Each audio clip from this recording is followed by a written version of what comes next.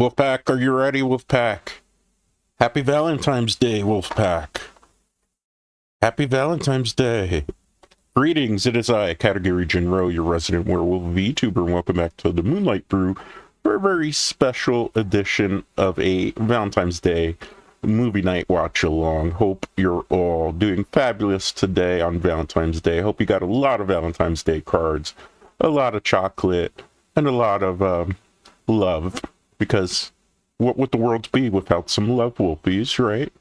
Today, we're going to be watching a very romantic and awesome anime film, that being the Super Dimensional Fortress Macross, the movie Do You Remember Love, the 1984 classic anime. Most people who are big anime fans consider this one of the quintessential anime films of all time, particularly for the Mac anime genre, Wolfies. This is a movie I wanted to show a couple of weeks back for a movie night, but unfortunately there wasn't really too many places where you could find this movie to watch it. Fortunately, we've been able to solve all those issues right now, so we will be watching Super Dimensional Fortress Macross, the movie. In our Discord, we kind of pretty much set up how you can go about watching this film. As with all movie watch-alongs, we legally cannot stream the movie because we do not have the permissions for that. We can only stream our reactions to the said film, so you will have to queue the movie up on your end. We have provided more than enough places and information as to how you can watch this amazing movie with us, Wolfies. Now, a little bit of context for people who are not familiar with Super Dimensional Fortress Macross was a 1980s TV series. I think it came out in 83, 82-ish, give or take. Might have been also 84, in which it was one of the most popular animes of the time, redefined the mech genre after Gundam had already redefined it. Most people will remember this footage of this anime was used in a, excuse my language here because it's not non-say-so, but a bastardized version of this called Robotech, which merged basically Super Dimensional Fortress Macross anime with the Southern Cross anime, as well as the Genesis Climber Musapedia anime. Put those three together to make the Robotech series. We are watching, however, the OG, the original story, the original movie. So this is not like a Robotech movie. This is the Macross movie, the actual uncut, unedited, unbastardized version. Okay, Wolfies. So I hope you all have your movie queued up, because it's a very long movie. It's 2 hours, so we got to run through this one pretty quickly. I can't give as much context to it. One thing I will talk about before we actually queue up and do the countdown is the fact that the Super Dimensional Fortress Macross movie is basically a condensed version of the television series, at least the first half of the story. Later on, this movie would be reconned in the universe to just be an actual movie that was shown on the Super Dimensional Fortress Macross within the universe. That was the recon that they did. Originally, it was just actually meant to be a retelling of the story in a condensed way. Most of the good parts of the story, because the second half of the Macross anime, it was quite different and didn't like hit on all the marks. But that's a conversation for the future. Right now, though, let's get into the movie. Let's count it down on the count of 10, Wolfies. Why not? 10, 9, 8, 7, 6, 5, 4, 3, 2, 1. Press play, Wolfies. We got the good old-fashioned Toho logo, so that's great. Okay, Wolfies, I wanted to make sure my desktop audio was muted here. February 2009, on the day that was to be launch ceremony for the Macross, humanity's first super gigantic fortress, Earth was suddenly attacked by a space fleet of unknown origin. The space fleet's attack effectively destroyed Earth. Macross, carrying more than 50k refugees, used the emergency fold to escape to Pluto. Can read the whole thing because it went by a little quick. We are watching it subtitled. There's no English dub version of this film, so keep that in mind, Wolfies. It takes a couple minutes for it to actually start, so don't stress that, Wolfies. You hear that in the background? Okay, so they're speaking Zentradi, for people who don't know that. Takes place like a little bit after the first couple of episodes of Macross, basically, in terms of story timeline. So Zentradi have recovered stuff from the Earthlings, because they're trying to understand how they think everything. Let me loud this up on my end a bit, it's a little low. Interesting. Another thing, too, about this film is the fact that the Zentradi design was changed for the movie. They don't normally look like this, per se, in the anime series. Britai, who's the guy with the kind of like half-face eye mask thing, he is supposed to be the leader of Zentradi TV show. Here, he's more of like a kind of commander. He reports to higher up. I mean, even in the original TV series, they had Britai reporting to a higher up as well. Okay, so you're gonna get your first glimpse of the Macross now. This was very inspired also, in a way, by Battleship Yamato, which is a very, very old anime, way older than this. This is Macross, the movie, and that bottom thing says Super Dimension, which is Macross, the movie. Do you remember, love? This has some of the best hand-drawn animation I still feel to date. Even in 1080p, it really shines quite a bit still.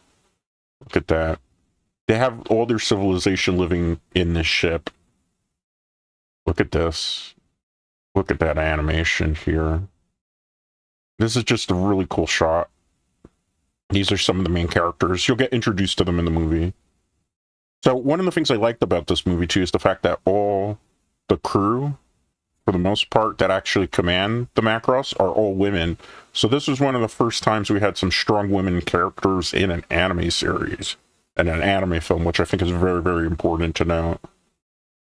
Here, what was always interesting is that these spaceship fighters that they have here are the Super Valkyries. Those weren't actually introduced into the anime until the climax of what you could kind of consider the first major story arc of the series. So they do take a lot of liberties in the movie, kind of to spruce up how the actual story went. This was a while before we really got to see Super Valkyries in the series. And you're going to see here, this is cool. One of the things I always liked about Macross was how all these poor refugees had to rebuild their city life aboard a spaceship that was in war with aliens. Look at that. Do the shoes. Can you believe that, Wolfies? Look at them. They're all living and having their civilization within this battle fortress. Like if there's not a war going on outside in space. Hey, look at that. Macross predicted that they were going to have Roomba bots to actually clean up after you before it even happened. This film was in 1984. I always found it interesting that character there that was talking to the soldier looked very similar to Misa Hayashi. They did kind of recycle some characters' animations just for, I guess, sake of budget constraints. Oh, one thing you will notice about this movie is that, because obviously this was done in 84, it's a lot of Japanese pop and a lot of, like, what we would consider city pop type of music in it. So, and that's one of the main characters too, Lin Min-mei. She's considered an idol aboard the Superdimensional Fortress Macross. Ironically, Lin Min-mei, the character in anime, I think gave birth to all the VTuber idols that we now see in actual big agencies. Wolfies. Like, Min-mei was the precursor to everything. And I think a lot of what you see in idol culture borrows heavily off of Min-mei from Superdimensional Fortress Macross. So, tonight was her first concert. Interesting, because by this point in the series, she would have already been a superstar. So, this is 5 months after the events of what would have happened in the TV series pilot. I think it's really cool how they got even the lighting animation. The hand-draw animation is really, really good for its time. Especially when you get into the space battles. There will be a lot of them. Yep. The good thing is I found a copy for all of these guys to watch where the subtitles are actually dead accurate to what's actually being said in Japanese, which is hard. Not everybody, in terms of subtitles, gets 100% correct. Look at that. Like, that is a feat to be able to do a laser light show, and then on top of that, have her hand-drawn animations, and you notice there's not a skip in a frame, a skip in a cell here. Like, for a long time, ironically, in Japan, like, there were people who actually fell in love with the character Min-Mei, which I always thought was pretty interesting.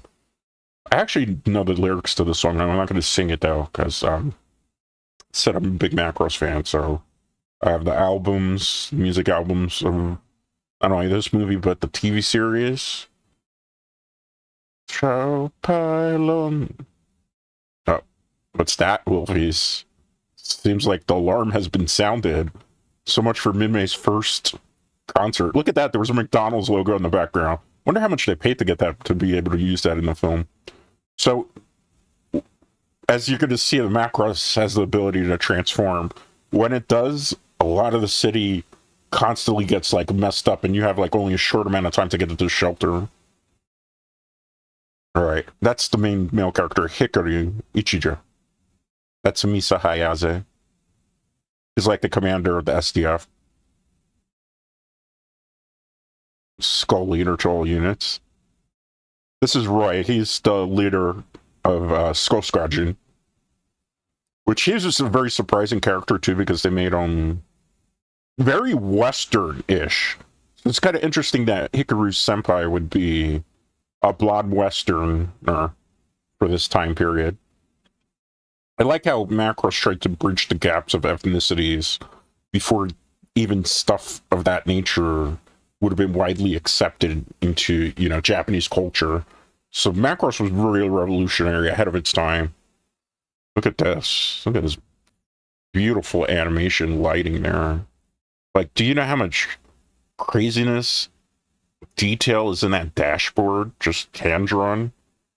Yeah, they don't make them like they used to. Even all those little stars in the background, that's hand-drawn animation. This is also a style, in terms of the missiles, that's used in a lot of animes still to this day.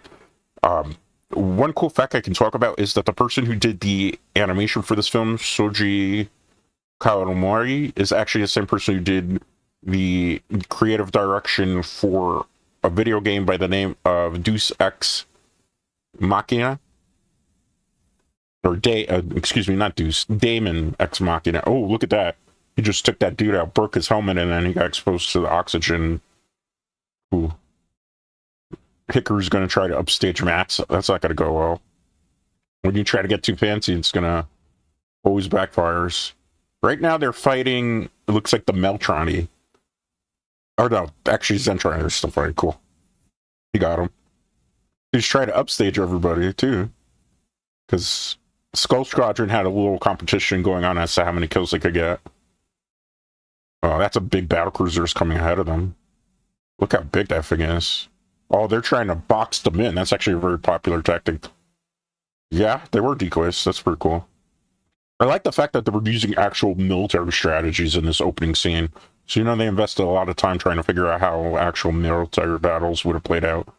I love also the fact that they were able to figure out how gravity would work in an anime. Like, you see how when things get destroyed and the pieces of ships are flying off, that there's a little bit of floaty nature to them.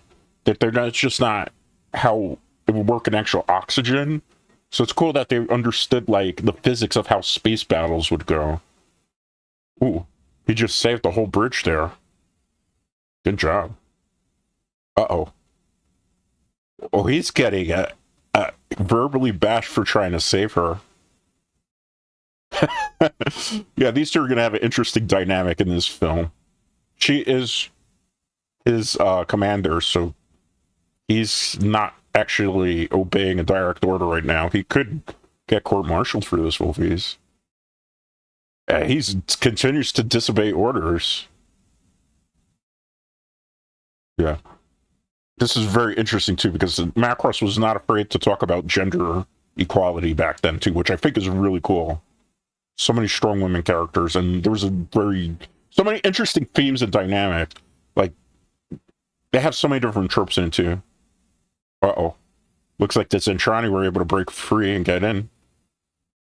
This music here is a Zentrani theme. This is played often in the television series. So some of the music from the television series actually makes it into the film as well. Oh, doesn't look like that Zentron is going to be standing up after that. Uh-oh. Look at him. He's shocked to see them interacting, man and woman. They're confused by it, clearly. Zentradi culture is much different from human culture. You'll understand why as the movie progresses.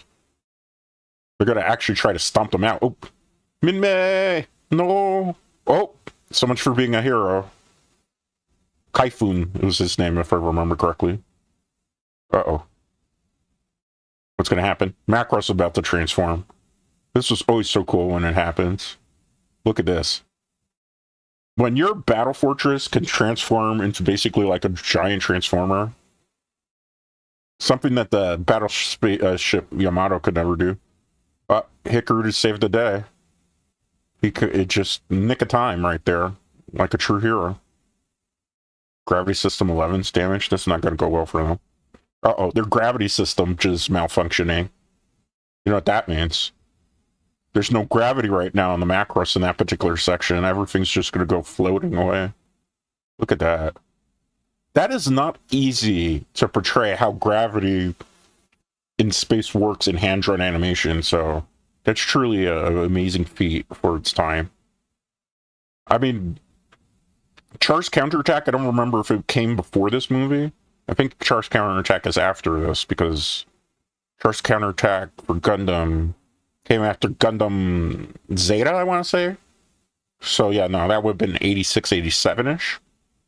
So Macross was still kind of cooking in the sense of how gravity in space animation should work. Uh-oh. In trying to save the damsel in distress, he has kind of put himself in a predicament there. Well, you know what they say. When one soldier comes, falls, another one has to take its place, so they don't have time to figure out what's going on with them. Macross is about to square up with the battleships. Let's see what happens. Oof. Look at that. The force of the freaking energy beam cannon even pushed the Macross back. You know how much firepower they got to be using there? Look how cool it is. And Macross can actually use the claws, too, that are its arms. I don't know if we get to see that too much in the movie. Alright, so what happened to Hikaru and Minmay? Are they okay? Do you think they're okay, Wolfies? Do you think they survived that one? I don't know. We'll have to see. Oh. Looks like Hikaru's okay. He's got a flashlight. Well, you know what they say, a good soldier always has to be prepared. Well, we found Minmay. Hopefully she's not among the deceased, right? She doesn't seem to have any injuries, right? No way. Why is he no way? Did he not realize who he saved? Oh, why did you break the flashlight, Edabe? It's really her. Dude, what are you doing? Keep your hands to yourself, bro. She ain't consent to anything. Alright, she woke up. Well, at least she knows that she saved him, or he saved her. Look at Mimi. Look at the lighting, too. Notice how they were able to recreate how it would be in the dark for them, so that their pigment shade is different. It's very dim looking. Such a great animation style there. Yeah, he was just like a corporal right now. Wow, she's flirting with him. I will say this much. Lin Mimi sure knew how to riz people. Huh. So they don't know where they are. Look at him, like a true fan. Instead of trying to figure out their location, he's asking for an autograph. Man, what a fanboy. Well, at least she was nice enough to sign it, right? So they're trapped in an engine block, it looks like. Oh my goodness. He is not making a very good first impression. He becomes a super fan. He's tripling over everything. He broke the flashlight. I guess hypercarbon must be too easy to break. You can't go for radio. You can't go for the radio. So they're pretty much trapped there for now, looks like. I don't think anybody else would be trapped in the engine block. They gotta hope somebody's gonna repair this area if they want to get out, right? hopeless? I don't know if it's necessarily hopeless. Surely they'll be able to break free, right? She seems more relieved. Ah, see? Like a true idol, her schedule was way, way too packed. I know how that goes, Minmay. It's tough being an idol. But she's gonna cling to him. It's amazing how he knows exactly what's going on, even with the ship. Titan, by the way, would have been considered the rings of Saturn. I don't know why. I guess they couldn't call it Saturn, or they didn't want to for whatever reason. Uh-oh. Gravity control's not functioning. This is not going to go well for them. Uh-oh. Uh-oh. He accidentally grabbed the wrong area. She pushed him away. Uh-oh. A little bit of fan service, Wolfies. Yeah. Movies mostly say so. Don't worry about it. Nothing truly unsay so per se happens in it. He's got to teach her how to handle gravity. Oh, she got the hang of it pretty quickly. Yeah. She's like a kid right now. Let's see, Minmay in the series started at the age of 16. Hikaru enlisted around the age of 17-ish, 18-ish, roughly, give or take. I don't know. They never really said what Minmay's age was in the movie. But safe to say that she would probably be roughly around 16 or 17. And he'd be roughly around 17, 18. So her dress is fluorescent. It's kind of ironic how many different things they called in Macross in the 1984 happening in the future. Oh, okay, obviously we didn't get like transforming robots, space battleships, but we did get like laser light shows, automatic talking dolls, and fluorescent dresses made of light. This was another song that was in that anime series, like her second song that she sang. This, believe it or not, this anime film is a musical also, so it's got a little bit of everything for someone. Mech battles, great hand-drawn animation, and musical numbers too. He made her a makeshift shower. You better be a good say-so corporal there, sir. Uh-oh, Wolfies. Don't look, don't look. Shield your eyes. It's not very say-so for us to watch that part. Alright, well, at least he wasn't a perv. I give him props for that. In the anime series, it goes a little bit different there. He kind of tries to sneak a peek. He's protecting over her. What's he gonna do? He's gonna try to hug her? Dude, you're raising a lot of questions about you. I mean, he's kind of falling for her, right? Because he's protecting her, making sure that she's safe.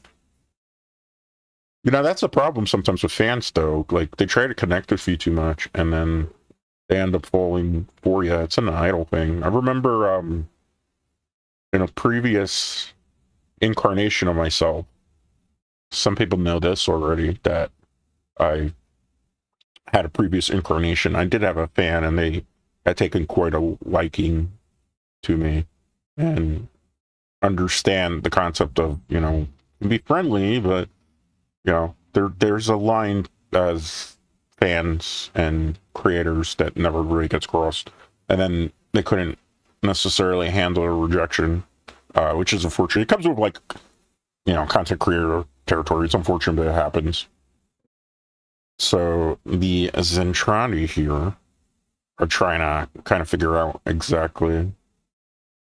So they just decipher ancient text. That's apparently when men and women come together, because for the Zentradi are men, Meltrani are the female, and they're like split off, divided.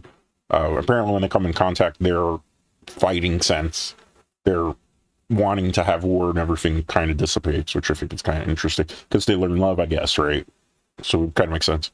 They've never seen, like, talking dolls, so to them this is like a war tactic. Uh-oh.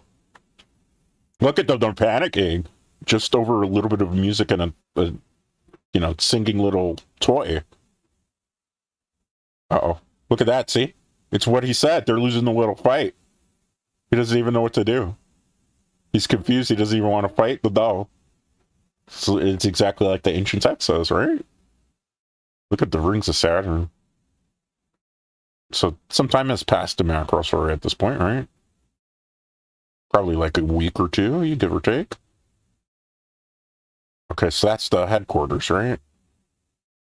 So that's Skull Squadron. Okay. So they're actually still doing a search party for them. That's commendable. Usually in real life, after this much time has passed, you wouldn't have people for search party. There's some interesting things that you're going to see here in a minute. Macross was not afraid to have interracial relationships. Uh-oh. Looks like the commander's not very happy with that dude. She's still probably angry at the fact they disobeyed orders. He wants him to choose a different line of work. Yeah. Misa Hayashi was considered a bit of a prude here. Wow, look at that. She just doesn't think of herself as a woman anymore. She just kind of thinks of herself as like a soldier. She's locked her heart away to her things. See, this part, unless you watch the anime series, you'll never understand the thing behind this. So, that guy there was her boyfriend that enlisted in the army before she had enlisted, and he got killed in the line of action. So she's got some trauma to that. She hasn't gotten over the fact that her long lost love was a casualty of war. Meanwhile, we got Minmay and Hikaru bonding. I love the fact that at least they gave the backstory to Minmay as to how she ended up on Macross. Yeah. Didn't exactly happen that way in the TV series, but it's close enough. They recon a couple of things for the movie, just for creative license, so it wouldn't just be exactly a direct telling, panel for panel. One thing I will say, that eye is a little bit off in that scene. It's not perfect. Remember, 84 animation, and you have a very hard time frame as to when this movie had to get done by now. So they died on Earth with the invasion attack. Yeah, that's rough. Just imagine that you have a whole family left on Earth and they're attacked by space aliens and you got transported to the Macross and... Yeah. Oh, that's right. I even completely forgot. The residents of the Macross don't actually know what happened to Earth, so they don't even know that the people in the film is gonna hit her with a hard truth bomb. Yeah. That's rough. Yeah, because what happens is when the Macross did the space fold, they lost the engine to do the space fold again, so they can't simply space fold again to go back to Earth. So they had the long voyage back home. He wants to know about television? Paparazzi's still back at 84. Yeah. Tabloids will make up some stuff about you. That's so true. Oh, look at that. They did like a love scene reenactment. Uh-oh. Poor him, he's so naive. I mean, come on. Hikaru would have been like 17, 18. Probably doesn't know much about that stuff. Uh-oh. Uh-oh, she's gonna riz him. Uh-oh. Let's see. Rizzing intensifies right now, Wolfies. I mean, poor him. Like, geez, that's gonna be rough. Man. She's pretty good at rizzing, I'd say that much. Could have... He's completely enamored. Wow. Is she gaslighting him? Uh-oh. She's literally got him in the palm of his hand, or her hands. Damn, dude is super rizzed. He is so rizzed up right now, it's not even funny. Hey, you got a kiss out of it, though. Go Hikaru. Rizzing intensifies. Oh, gravity's coming back. Could it be Wolfies? Do you think they're... Oh, what's that? Uh-oh.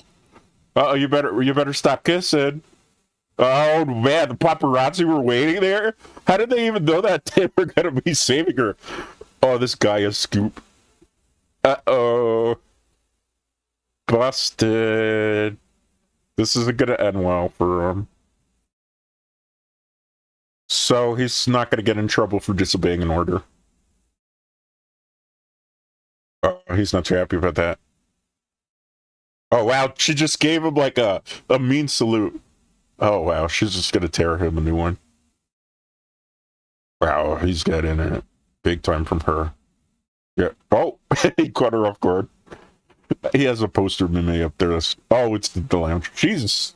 It seems like she's a little jealous, don't you think, Wolfies? She saw the poster of Mime and him saluting and just kind of. Wow. They clearly aren't going to get along. They have a hate relationship at the moment. Mime doesn't seem too happy to be back in, the limelight. They probably saw the tabloid. Uh-oh. They just risen him up too. Oh, man, they thought that he went a little bit further than just that. Uh-oh. They thought that they did more than just a kiss. Scandalous, some might say. You notice how the poster in the background now looks like of Misa Hayase? It's interesting parallel. It was only 3 days that they were trapped in there. Wow, they're saying that because he didn't make a bigger move. Wow. They're gossiping on the ship. Those are the 3 ladies from the bridge. They also work on the Macross in high-level positions, ironically. Look at those glasses. The glasses are so 80s. Japanese 80s fashion is so interesting. It's a very interesting parallel from American fashion in the 80s, even though some of it's borrowed, like that tied-up hair of the brunette there. Uh-oh. She's a little bit naive. Okay. So what's going on? TV, huh? Oh, there's still the tabloids are still gossiping about this. Well, I guess on the Macross, there's not that much news going on, right? Because you don't know what's happening on Earth, so the only news is what happens in Macross. That'd be like the biggest story happening on. She's not happy about that whatsoever, though. I mean, there's a price to fame, right? So, I mean, it's got to suck for Minmay. Probably she wants to have a normal life, but she's a celebrity at this point, too.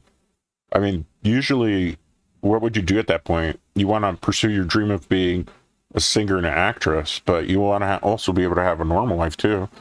I could fathom that would be probably how it is for a lot of idols, even like VTuber idols, right? Like, you want to be able to have a normal life, but it would be, I would suspect, quite difficult to have normal interactions because, you're under a microscope spectrum. Oh, wow. Roy invited him to a drink. Well, I mean, he's trying to smooth over things. She does not like him at all. He's drunk. Look at how drunk he is. Get ready for something that's going to be not so shocking, but I was really happy. This is one of the reasons why this is one of my favorite anime series. Not because of what he does, because he's kind of a little bit of a... I don't want to say a womanizer. He's a little too masculine. So, what's going to happen here? I don't want to spoil it. He's so drunk it's not even funny. See, he's trying to give him advice on women. He's so drunk it's not funny. Get ready for it, Wolfies.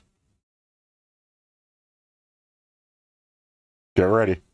Macross was not afraid to have interracial relationships in their anime series. I was so down for it. This was one of these anime series where it was just so cool to see a scene like this in particular. Because, back in the 80s, still stuff like this was still kind of taboo, which is unfortunate. The world really shouldn't work that way. They're getting really uncomfortable because it's like, do you really want to see your friends making out and you're just there like, there's a phone call? Huh? Who would have known that he was there? Huh?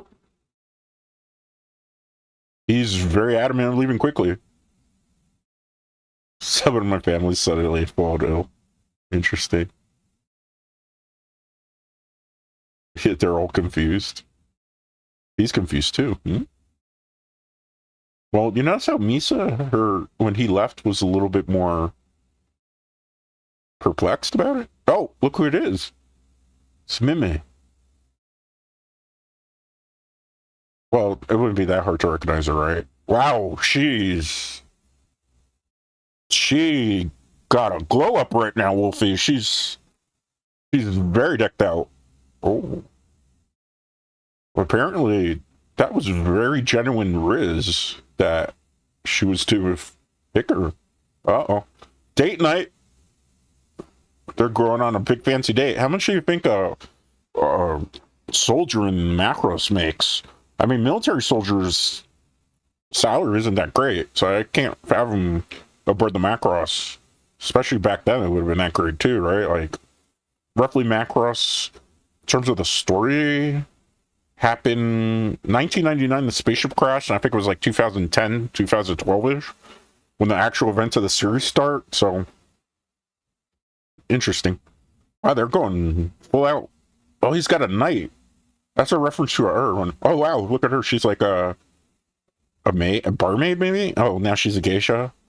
He's Lawrence of Arabia all of a sudden. Sailor Man. Basically a farmer. She got the wedding dress.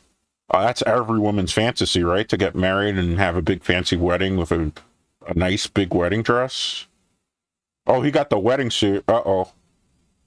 Well, you think these two are going to end up getting married by the end of this film, Wolfies? Wow. Coffee shop. Coffee date. That's actually my preferred method of a date. Oh, he was suggesting they go to a motel. Uh-oh. Well, she gave him the look. No, away. Well, he tried. He tried his best, but it wasn't enough. Uh-oh, someone realized who she is. Oh, look at that. Disco. They're running away, I guess, from the people who knew what she was. Well, at least they've been able to have a couple moments of privacy. You know, like I said, it's like if you're somebody famous, you're an idol of some nature, it must be really difficult, I would fathom, to be able to get moments of peace. Even like an actor or singer, you just want those nice little peaceful moments, especially when like you really blow up in terms of fame. Yeah, she's kind of having second thoughts about being a singer too at this point, because can you have a normal life really? It raises questions, right? What are people willing to sacrifice for their dream? I guess is really kind of the theme a little bit in this movie. She wants to go see the Rings of Saturn. Oh, don't do it, bro. You're going to get into a lot of trouble if you try this. And he went for it. How do you even get permission to take out a ship like that, man? Shouldn't she be wearing her helmet? You know, you're in space. What happened? The hull gets compromised. Yeah, she knows what's up. He's just completely ignoring it. Like, you're going to get court-martialed just for Riz. I mean, I give him credit.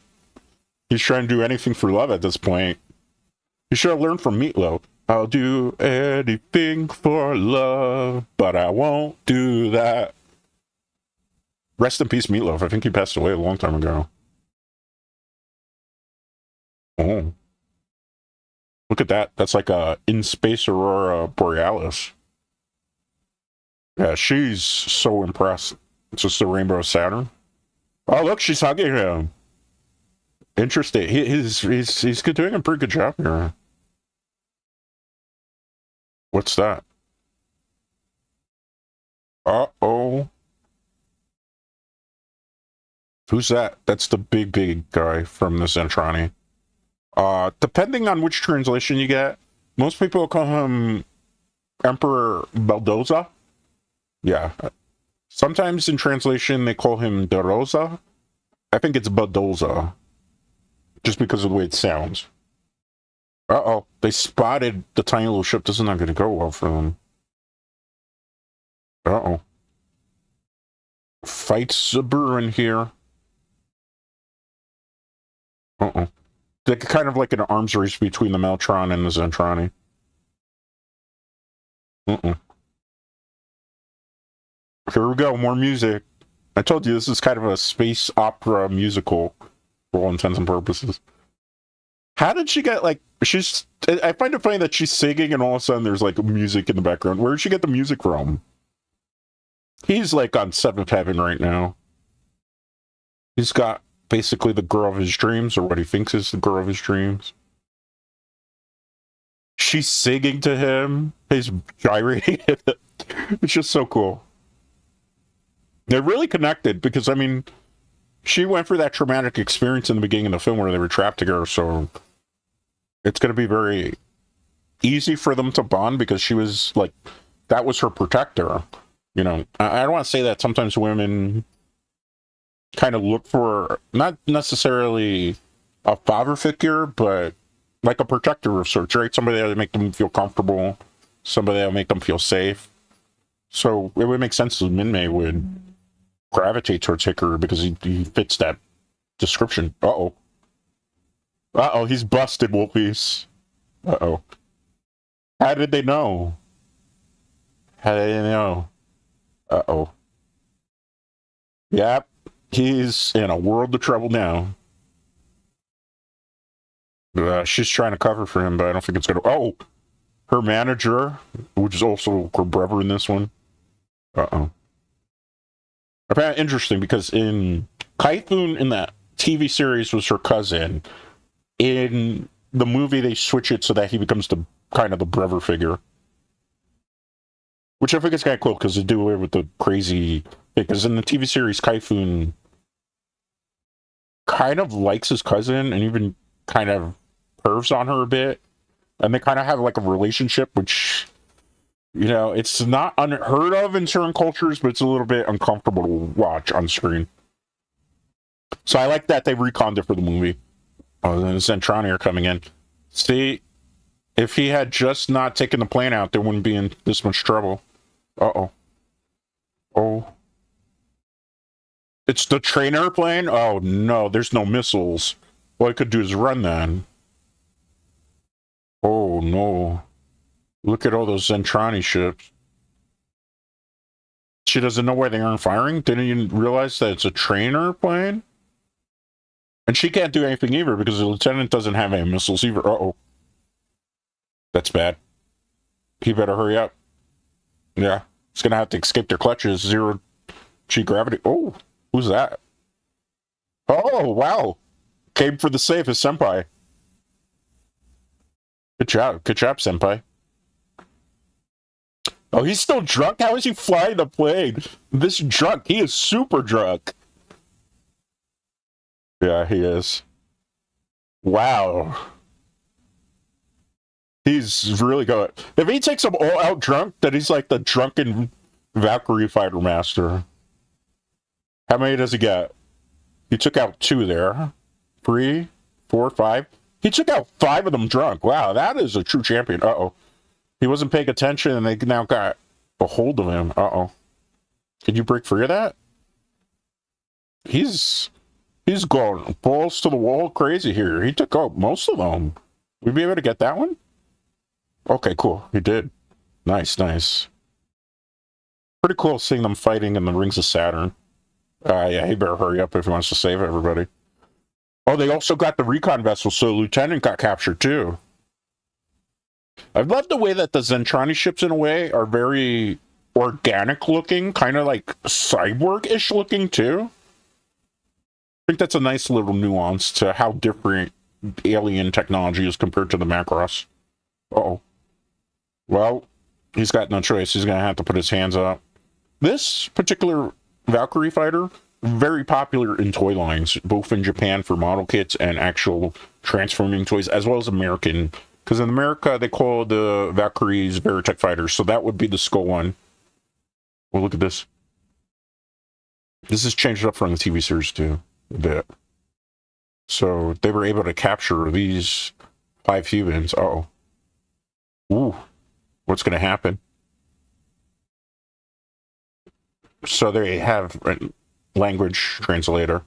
So they even knew about Babelfish. They predicted Babelfish and all those apps that would translate languages in 1984 with this movie. Way ahead of its time.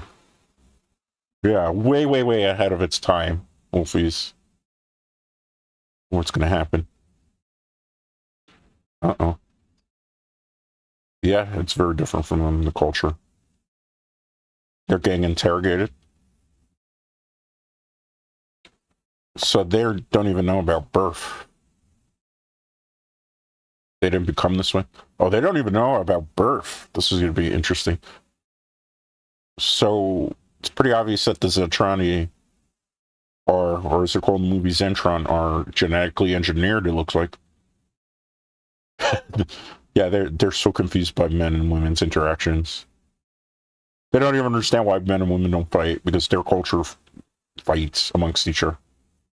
Notice how they're even mispronouncing hug. That's intentional. They're calling it like that because they don't know how to pronounce the language. Notice that. Uh-oh. They got repulsed just by a hug. Uh-oh. See, he doesn't know what kiss is either, man. Uh-oh. He was going to want a demonstration, man. Uh-oh.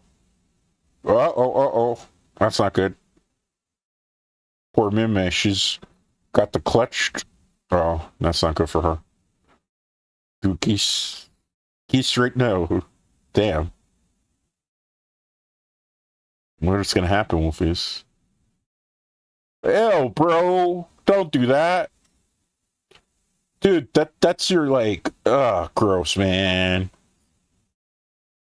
Damn, man. Why are you trying to perv on your... Yeah, gross. I'd be grossed out too. He's basically, for all intents and purposes, kissing his sister right now, even though they're pretend acting. Like, ugh. Did you see her face after the kiss? Like, she touching her lips like she liked it. Man, Min-Mei. That's gross. You nasty. They separated the two. Uh-oh. Well, I mean, after that, I'd probably separate those two. Those two should go to jail for that. That's just nasty. You don't smooch up with a relative like that. That was gross. And poor Hikaru. Now he's separate from him. He doesn't even care about his situation. Yeah, so now they're... Oh, already? They didn't even have a moment's peace here. Who's that? Oh, that might be their chance to escape. Who's that? Yeah, that's the Meltrani fighting back. They better use this opportunity to save themselves. The Macrons have escaped in confusion. That's not good. Ship is on full alert. So, like it's said many times in the movie, men and women fight each other in the Meltrani and Zentrani. So I guess they broke in there for whatever reason. Remember, they did say that there was a ship that was in the orbit, so they're gonna, or they want to take them to the Supreme Commander. So they want to try to rescue Mime, though, right? They only got one Veritech fighter and the training plane that doesn't have any weaponry on it. Oh, so Hikaru's going to go with Misa here, so that's good. Uh-oh. Kiss her. Wow. I mean, she didn't even consent to it. Uh-oh. Well, I mean, it worked as a tactical advantage, but yeah, he kind of deserves that slap, right? She's really pissed at him. I don't blame her, though. Like, you know, at least say, oh, we need to do this to save ourselves. He didn't even ask for permission. She just went and grabbed her, like, she didn't even say okay, so I'd probably smack her too after that. If I were her. She's doing the right call there. Uh-oh. Look at that. Oh, he got pelted with bullets. Uh-oh. What's gonna happen? Look at that. Space battles in this movie were so freaking cool. Obviously, it seemed like the Meltrani were way stronger than them. Oh, they punched through? Uh-oh. Ooh, look at that. That's gruesome. Literally exterminating from the head. She's not impressed with the level of competition that she has with the enemies. Oh, wow. She even broke through the skull. She used the body as a shield. That's crazy. Look at that. And then it explodes. Like, that's a tactical genius right there, if I would say so. Took out 4 fighters like it was nothing. Clearly an ace of the Meltrani fighters. Clearly after... Ooh, look at that. Macross, the movie, didn't pull punches back then, too. Look at the kind of very goriness to it. Oh! You see that? She just stomped on the head and exploded. So they weren't afraid to pull punches in this movie, clearly. It's like a PG-13 movie by ratings back then. Wasn't a rated R movie. She just went there to fight them. And just because she didn't get a good fight, was like, yeah, I'm bored. Let's leave. Uh-oh. Well, they were able to down at least one fighter there. Well, that person is not going to survive, it looks like.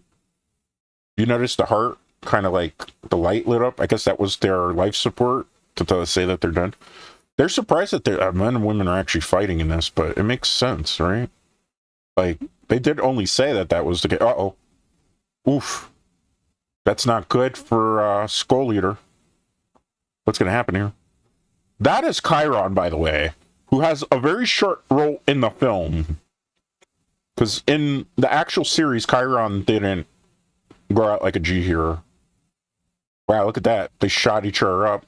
It's going to be an anticlimactic fight between each other. Uh-oh.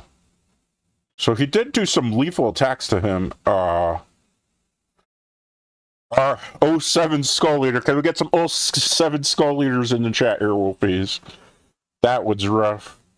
Well, in true classic anime fashion, they took each other out.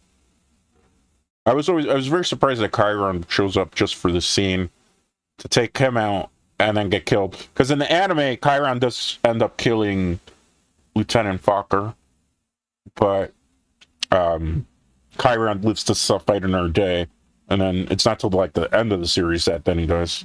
Oh man, that sucks. Hikaru has lost so much today. He lost his senpai. He's been separated with the love of his life, yeah. And she's just saying use his death to be able to go take advantage of this opportunity. Like, she's cold because she just thinks like a military officer. He's lost so much, like he's devastated right now. You gotta feel for the poor dude, right, Wolfies? Energy levels rising. Energy. Give me 1 second here, Wolfies. Okay, had to take a swig of a drink. Okay, Wolfies. What's going on? Oh, they finally reunited. Is she going to be able to save the day, Wolfies? Do you think so? Uh-oh. That's not good. What's going to happen, Wolfies? Looks like the space fold's happening. Oh, that's not good, because they're literally caught in the middle of that. Oh, no. Oh, no. What could possibly happen here, Wolfies? Oh, they got blasted out of space. Oh, that's not good.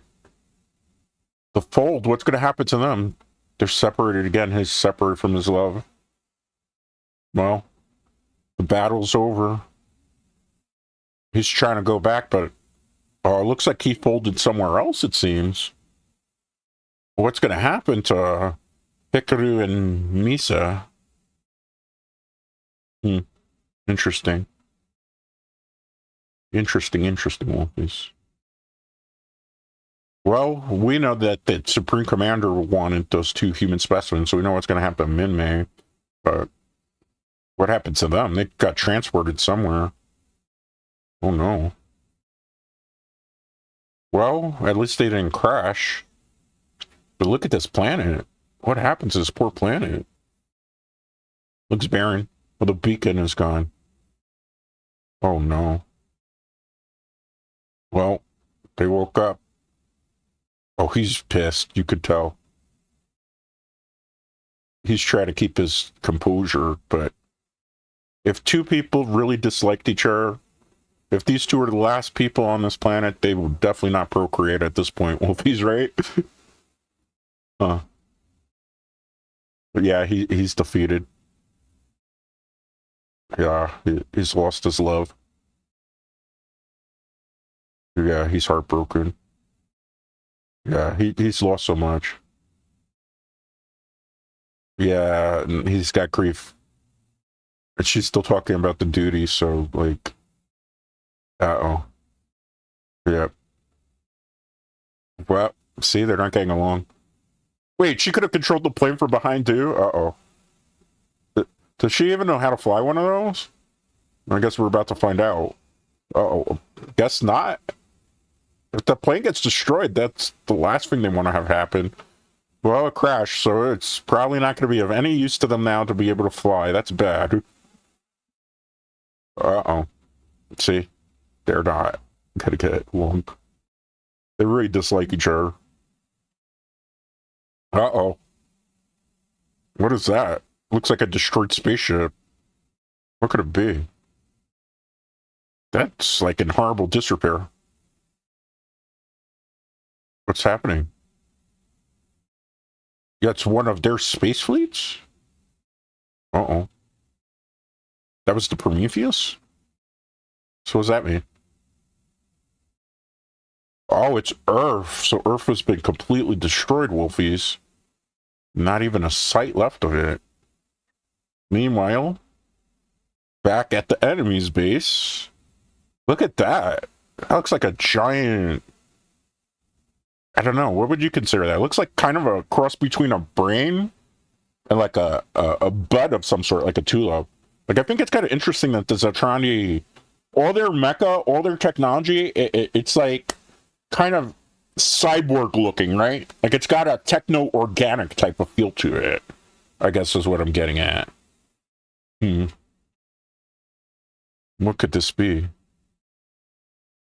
What's going to happen? Oh, they got the specimens in there, so they're going to take them to the Supreme Leader.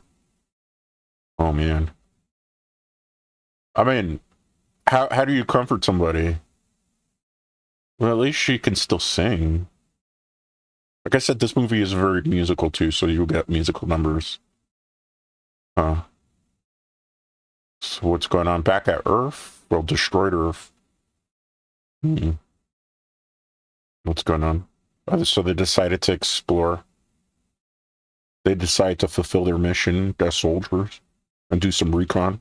Oh, I guess everybody wiped out there. Yeah, they're not going to find any sign of life, I don't think. Look at the beach, though. That's a really nice shot there. Like a dust shot. He's still doing his mission. He's looking for something. Because I guess they don't have really food supplies, so they got to try to find some, gross, food of some sort if they want to survive. That's not going to help. What can they get? I guess he found some rations that kind of work. He's trying to offer her some. She doesn't want anything to do with him. How are these two going to be able to coexist on this planet if they don't start cooperating, Wolfies, right? What do you think is going to happen to Minmay and her brother? Uh-oh. Looks like that song might have affected them somehow. Protoculture. What do you think that is, Wolfies? My crime with culture is considered protoculture. So humans with culture are considered protoculture. So they don't really know too much about it, but apparently it just means that when you're not actively fighting. Remember, Zentradi were born for war, so they don't understand anything besides that. Not too far off from what happens to military people, right? Because people who join the military, after they get out of the military, they don't really know life outside of it, so it's hard for them to transition back. So it's kind of interesting that this film kind of talks about that theme a bit indirectly. So he's a living fortress. So they really play up the cyber organic type of feel of the Zentradi here. So he knows a little bit about culture. And what is that? The song apparently has the power to bring men and women together. Well, any good music song will do that, right? They're surprised that there's power to deprive them of the will of fighting. What's that? What's he doing? They're kind of shocked. What is he going to do? Is he going to break free of his shackles? He's like a living battle fortress. See? Very techno-organic. What is that? So it's a fragment. So they brought that fragment back from a battle?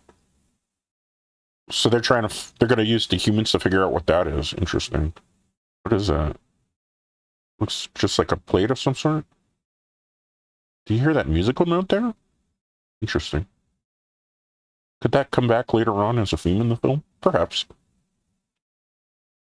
Meanwhile, on desolated Earth... Oh, so the plane still works. That's good for them, right? You don't want any bad things to happen to them? What's going on?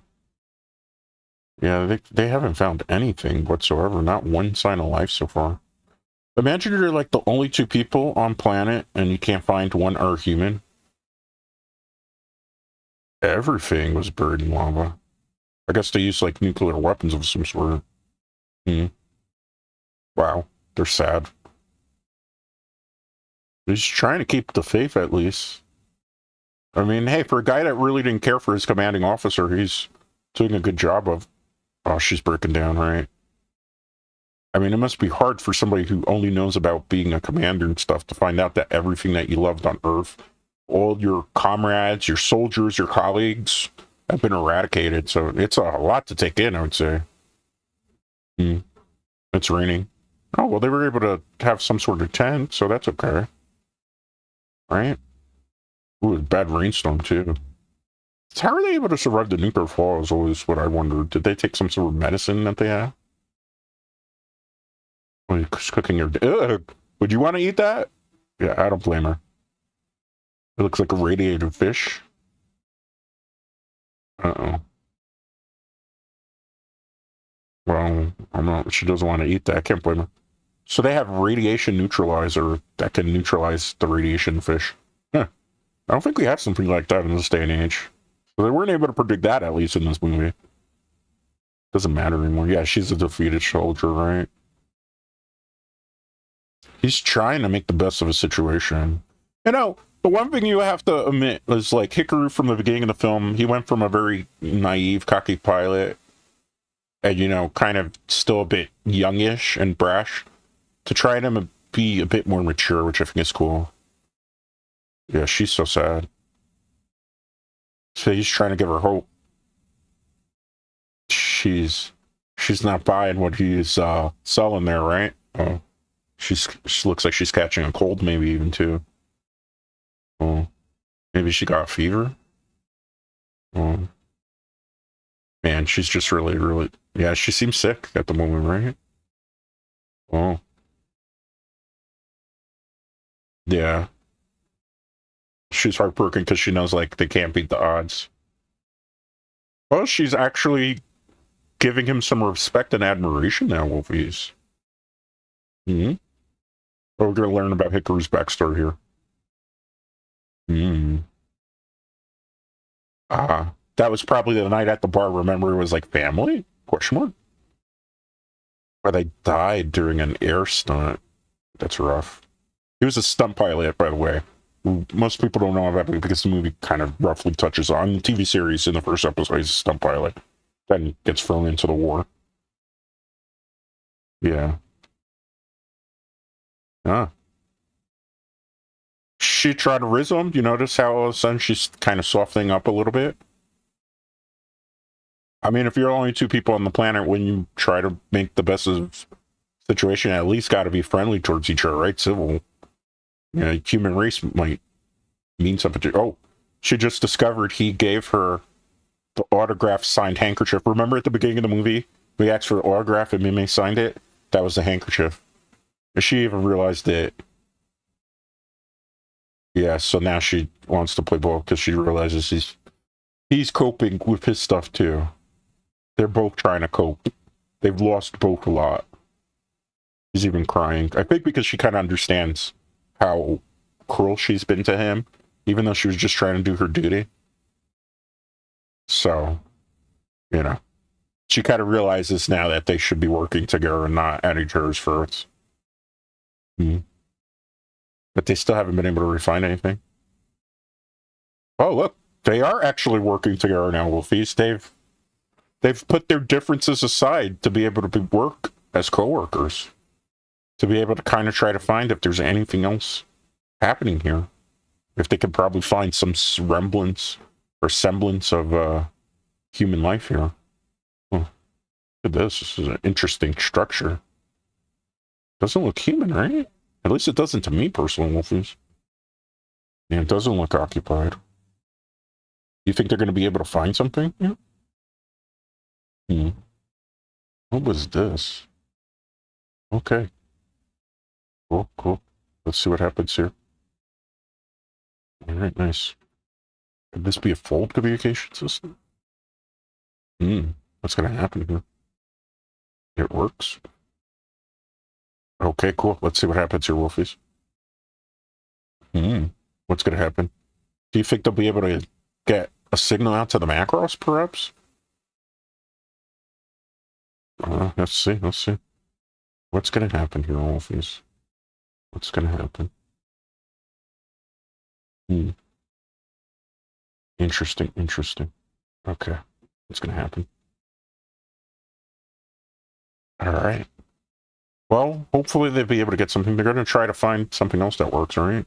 Maybe they'll be able to find something of some sort. Oh! What happened? Why'd they activate Wolfies? Let's see what happens here. Interesting, interesting. We've been waiting. What are they waiting for? So she's able to understand the alien language? When did she learn that? What did it say? So this is the main computer of a colonization vessel? Interesting. How did she learn to speak that language, though? Genetic manipulation. Hmm? What is good up? Interesting. They look... Whatever they're showing them looks like humans, right? Wolfies. Interesting, interesting. What could possibly happen here? Well, disappeared. Did they get the rest of the message there? She seems to have understood a lot more than what Hikaru did. It's diverting its power. What's it going to do? It's going to raise a city. So there was a city underneath Earth? Huh? So it's, I guess they activated something unintentionally by coming back there. But what? What could it possibly be, Wolfies? A lot of transforming cities of some sort. Oh, she's saying. Okay, let's see here, Wolfies. What's going to happen? Eventually, men and women were able to reproduce on their own. So they might have been created by these aliens, it seems. Ah. See, it's explained about the lore of the Zentrani and the Maltrani. So once they split from each other, they began fighting each other. Interesting. So these people, the city, created the Zentrani and the Maltrani. Ah, so they realized their mistake. So what did they do then? Ah, so these people are their ancestors of humans. Oh, I see, I see. So humans descended from this race that broke away from the Zentrani and Maltrani. Ah, so basically the aliens created life on Earth, it seems. Interesting. Wow. So those humans in this Macross lore was descended from aliens. So they're not very far off removed from the Zentrani and the Maltrani. 20,000 years ago, the giants reached this solar system. They sunk the city to hide it and temporarily left Earth. Interesting. Unable to return. So they took this Zentrani attack half a year ago as they returned and razed the city. Cool. Interesting, interesting. So what's going to happen here, Wolfies? They razed the city so they could live there. But they're the only two people that showed up.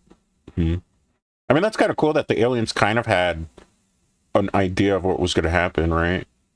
But they're the only two that came back. If that city had raised maybe when the humans were there to begin with, before they got killed, like wiped out by the Zentrani, that would have been kind of useful, right?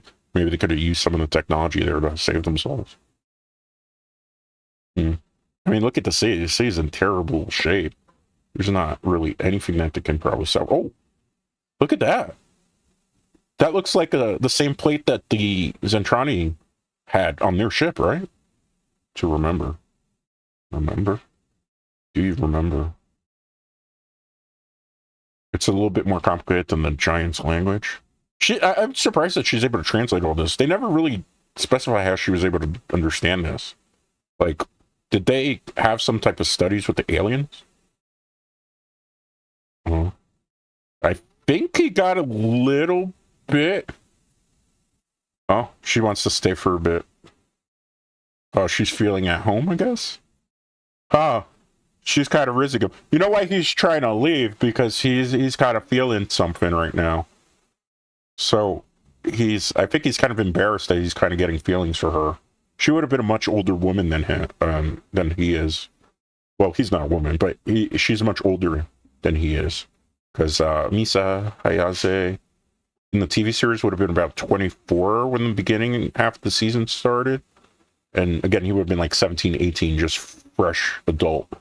So, you know, a younger man dating an older woman, or vice versa, was very taboo back in like 84, even in animes. So, a lot of very progressive themes that were in Macross, like age ain't nothing but a number, baby type of theme, interracial relationships. They did kind of understand some technology that we ended up actually getting in real life, like Skype calls, like the communications via video stuff. On a lot of stuff, Macross kind of predicted in 84. So, yeah, he couldn't find anything to use, and she just kind of... She's playing house. Ah. Well, I mean, you gotta keep your sanity somehow, right, Wolfies? Mm-hmm. So what's gonna happen here? What could possibly happen? Hmm. What is she doing? She's literally playing house. He's kind of getting rizzed again. She's charming him. You know where Riz comes from? People always were wondering why. This comes from the word charisma. That's why they say Riz, because if you have a lot of Riz, so to speak, you have a lot of charisma. Charisma as in the ability to woo the, you know, the people that you like, right? I don't want to say opposite sex because we're living in an age where it's more than just like man and woman relationships, right? But the person you're interested in, that you're able to woo them. Look at that. They're playing house together. Yeah, I mean, gotta keep your sanity somehow, right? So, he was a good person for playing along with it. Uh-oh. She's breaking. Yeah, I knew she was just trying to keep sanity, right? Because he's sad. What is he gonna... What's happening here, right? Yeah, she's homesick. She wants to go back to Macross. Yeah. It's rough on them, right? Uh-oh. He grabbed her hand. Hand holding. You know what happens sometimes when you start holding people's hands? Uh-oh. She tried to riz him, and then it reversed, and uh-oh. See? They started out the movie hating each other's guts, and look, they fell in love with each other. And they were complete opposites of each other, too, Wolfies. Proving the point, opposites perhaps do attract. Isn't that nice and romantic, Wolfies? Makes you feel all warm inside, doesn't it? In the very say-so way, Wolfies, right? Very, very say-so. What's going on here? Let me see something. Okay. Cool. Alright. Just wanted to check something. Alright. Cool. Let's see. What shall happen to the super-dimensional fortress Macross? Oh, it's there! Look at that, Wolfies. The Macross finally showed up. They must have heard their message, after all. Look at that. And they're in love, too. So, the Macross finally showed up, and the message was well received. So, hey, they were able to survive on the planet Earth that's been desolated, and they found love with each other, and hey. They're reported for duty. You figure they'd be able to rest after everything. That's the Admiral. They never really say him by name. He's Admiral Global. Kind of ironically, they call him Global. He wants to know what happened. How far did they travel? They were on the planet a month, so they survived a month on their own. Oh. No survivors. Everybody's wiped out. So unfortunate, right? They're the last of the humans. Yeah, you'll definitely have a detailed report, right? They're going to have a rest. You know, they're not going to want to, like, take a rest after everything. They're probably going to want to help the war effort. Man. That poor commander. Uh-oh. Look. She's going to want to know what happened to the Skull Leader, right? Uh-oh. I mean, she kind of knows what happened if they're the only two that came back, right? Yeah, she knew he died. She's heartbroken. She knew, though. I mean, when he didn't come back, it was pretty obvious, right? That sucks, though. The one thing about Macross is there are a lot of deaths in it throughout the series as well. And a lot of the deaths really hit you hard. Like when Skull Eater dies, it's a very dramatic episode because it's just something that you got to experience. Like, if you've never seen the series, I can't highly recommend it enough. They finally returned to civilization. Look at them. They're just happy to be. Look at him. He's actually dressing a little bit more mature, Wolfies. Hikaru. It's funny what happens when you start dating an older woman, apparently. Look at him. He's dressing like an adult now. Oh, Minmay. Oh, man.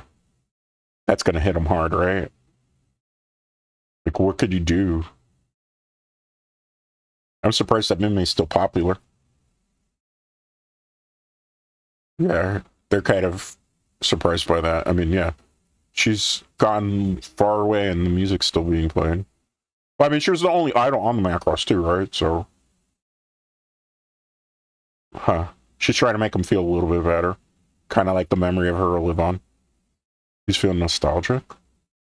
I'd be confused as to why he said that to Misa. All this stuff happened over the course of a month. That is kind of crazy. This guy's life changed dramatically. He had 2 girlfriends in 1 month. Man, his Riz is unmatchable, Wolfies. The lyrics to that song were always a little like, eh? Well, I suppose Red Moon was supposed to be like the heart. What's this? Uh-oh. You know, just when they got back to Earth and you thought it was going to be peaceful, right? Who's this? Uh-oh. That's not the Zentradi. That could only mean one thing, Wolfies. It's, you guessed it, the Meltrandi. And what we've seen from earlier on in the film, they are a very, very formidable opponent, Wolfies. What's going to happen here? To battle stations, right? You got to be able to fight. Okay, cool. What's going to happen? Might even be able... Stronger. Yeah, they are stronger. Oh, Max is interested by that, right? They're kind of making fun of him because he hasn't been in the fight. Well, he's promoted to Skull Eater now, right? Oh, Max is Skull Eater. That's surprising. I thought they were to get into Hikaru. Oh, wow. Kazakaki already died. 07 Kazakaki. That's what you get for making fun of somebody. Oh, that's the alien woman from before, right? Ooh. In for a real treat here. This is going to be a really big battle. Ooh. Look at that. One-on-one dogfight. Cool. Look at that. Look at that. There's so many explosions going off in the background, too. It's like Ace Pilot versus Ace Pilot, so what will happen here? Ooh. He's managing to evade her attacks, too, so they're evenly matched here, Wolfies. Look at this. Look at the hand-drawn animation here. Look at the flow of it. There's not one frame even being missed here. Like, that's very high production values for animation for its time period. Oh, he got a hit in. She's shocked she actually has never been shot before. His fuselage isn't looking too promising either. He's going to follow her into the battlecruiser. Didn't you learn anything from your fellow officers? Like, when you go in to pursue the enemy, it never ends well. Oh, they're fighting in the dark. Oh, they're definitely evenly matched. They're not really able to land a hit on each other. Uh-oh. What's going to happen? What's going to happen? What's going to happen? Oh, no. What's going to happen here, Wolfies? Interesting, interesting. Who's going to win this battle? Who's going to come out on top? Oh, that's such a cool director thing there. With that you're getting glimpses of the battle because they're in the dark, and every time they fire off a shot, it lights up the area. Uh-oh. What'd she shoot? Oh, man, they blew the cannons of the Macross. What's going to happen? They don't have a way to fight back now because the cannons are like their main weapon on that ship. Oh, no. how are they going to be able to fight so many enemies now without their main trump weapon available to them? Oh, this is bad. Things are not looking up for them. You think this is the Macross's last stand? Wolfies, perhaps this is the end? Yeah. That's a direct hit. Oh, wait. Do you hear that? What is that? What could it be? Oh, it's Minmay. How did Minmay survive? It's music, too. Uh-oh. She knows what's up now because Minmay's still alive. She's about to lose her boyfriend, probably. Oh, look. Max actually was able to beat her. Oh. That's a really big muscle mommy, right? Oh, no. He's getting rizzed. Oh, no. Don't fall for this, man. She's way too big for you. What are you going to do with her? That's way too much woman for you to handle, little man. I understand the concept of climb the highest mountain, but you are in over your head. They fell in love in first sight, it seems. Huh? What happened? They're gonna have to retreat, right? Oh. That's the Zentrani. They came to save the Macross? That's, different, right? Was Lin Minmay somehow able to bridge the gap so that they actually will have peace? There's no lyrics there. Oh, she's doing something. Ah, interesting. So, what was that? Oh, so whatever was on that plate that they gave him in the beginning of the movie, that's what they were using to repel the Meltrani. Interesting. But what's going to happen between the Macross and the Zentrani, though? Huh? They're asking for peace negotiations? Well, you better take it. They got like an armada of like 4 million fighters, if I recall correctly. So, if you can make peace with the enemy, you make peace with the enemy, right? It only makes sense, right, Wolfies? It truly does. Well, this is historic. That goes to show you that, you know, sometimes you can make peace with the enemy. It's a truce.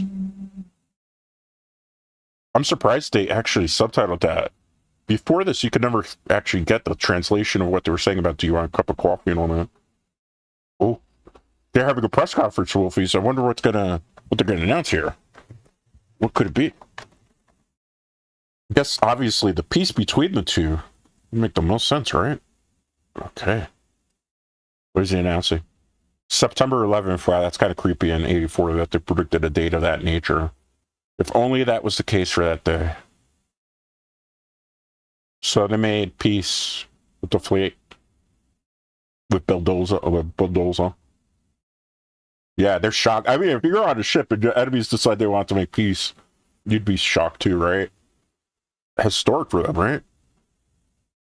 So they asked for emergency landing? Why?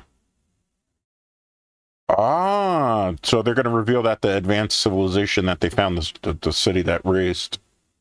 So now they are learning more things about it. Cool. Notice how some of the characters in the background are kind of recycled animation. Look at that cat. Star Duet. Interesting. Look at them. They can't believe it.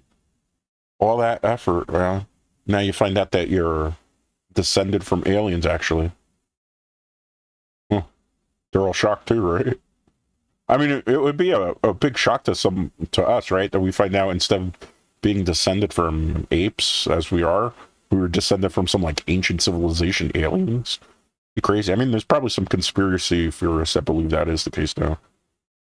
Oh, so they're able to use some engineering to shrink Zentrani back to human size. Cool. Oh, look at those. They decided to join society here. These three actually play a big role in the television series. I am actually kind of sad that they don't really get any screen time, and that's the most we see of them. Obviously, the movie takes some deviations from the TV series, but those three played a very prominent role. So he broke the rules and wanted to watch the press conference. Why? Maybe he's interested in joining them? It's funny how they say we sent them there to stop the fighting. Ha. Yeah, because those Zentrani are going for a culture shock right now. Oh, wow. Do you see the subtitles on the top, Wolfies? Yeah. It's funny because the women they end up falling in love with are the people that were on the bridge, those people, and not there. So, and the movie takes a little bit of deviations. He told the joke he wanted to become a small guy, but it wasn't actually the truth. Poor him. He doesn't even know what to think of them. Uh-oh. It's Min-Mei. She's finally back on Earth. Probably everybody after this is like, wow, she's still alive. She seems a bit more mature too, right? She's dressing a little bit more mature. She's gotta feel kind of weird though. She's like a prisoner of war, so to speak. If it hadn't been for the music, she might have not actually been able to turn the Zentrani there, right? So the memory plate doesn't have any lyrics recorded, so all they have is like the musical notes. But do you remember, didn't Misa grab a plate that looked very similar to that, Wolfies? Oh. Oh, they're gonna reunite? Oh. This is gonna go into love triangle territory very quickly, Wolfies. Very quickly. I wonder what's gonna happen here. What possibly could happen? Let's see what happens. Interesting. Interesting. So they're finally gonna be reunited. I mean, they probably got like 2 promotions for surviving this whole incident, right? Hikaru and Misa. I wonder what's gonna happen, Wolfies. What's gonna happen to their relationship dynamic between Hikaru and Misa? Because now Min-Mei's alive. Hikaru was in love with Min-Mei before he was in love with Misa, so interesting. Wow, she's probably surprised that he's still alive too. Wow. Huh. What's gonna possibly happen here? Oh, she's still in love with him. She's about to cry. And he's different. He's changed. Don't you see his eye posture there? The way he looks. It's different. She's heartbroken. He knows. He's kind of softening a little bit, but he's in a bad situation. For all intents and purposes, he has 2 girlfriends right now. Oh, mic drop, literally. Uh-oh. He looked over to her for a second because he's like, uh-oh. Notice he's not hugging her. Notice he has not hugging back. She's so happy. She thinks it's... He's looking over to his girlfriend. And she's there like... Say what? Like, oh, man. Love triangle. He didn't hug her. To his credit, he didn't hug back, though, right? So he didn't say, oh, no, I'm with her. But this is gonna pose very problematic for these 3. The guy is in the middle of 2 loves. Do you take the one that was your first love, or do you take the mature woman? Do you take your childhood love dream, or do you take the woman who could give you stability? Do you take the celebrity, or do you take the woman who can give you stability in your life that's on your same level in terms of work? Macross was way ahead of its time with these type of themes. Oh, she cleaned up the plate. She's able to read the lyrics. Could this be? Yeah, she just discovered the lyrics probably to the song. Oh, what's going on here? Oh, he's torn right now. What is he supposed to do? He's gonna take off the poster. You know what that means, Wolfies, right? Huh. Uh-oh. She showed up at his doorstep. And she's dressed, for Risen. You can tell right now, right? Her gaze is softer. She's translating. Well, I mean, this is the song that could save the world, right? The one that could unite everything. Unlike those stupid people from Bill and Ted.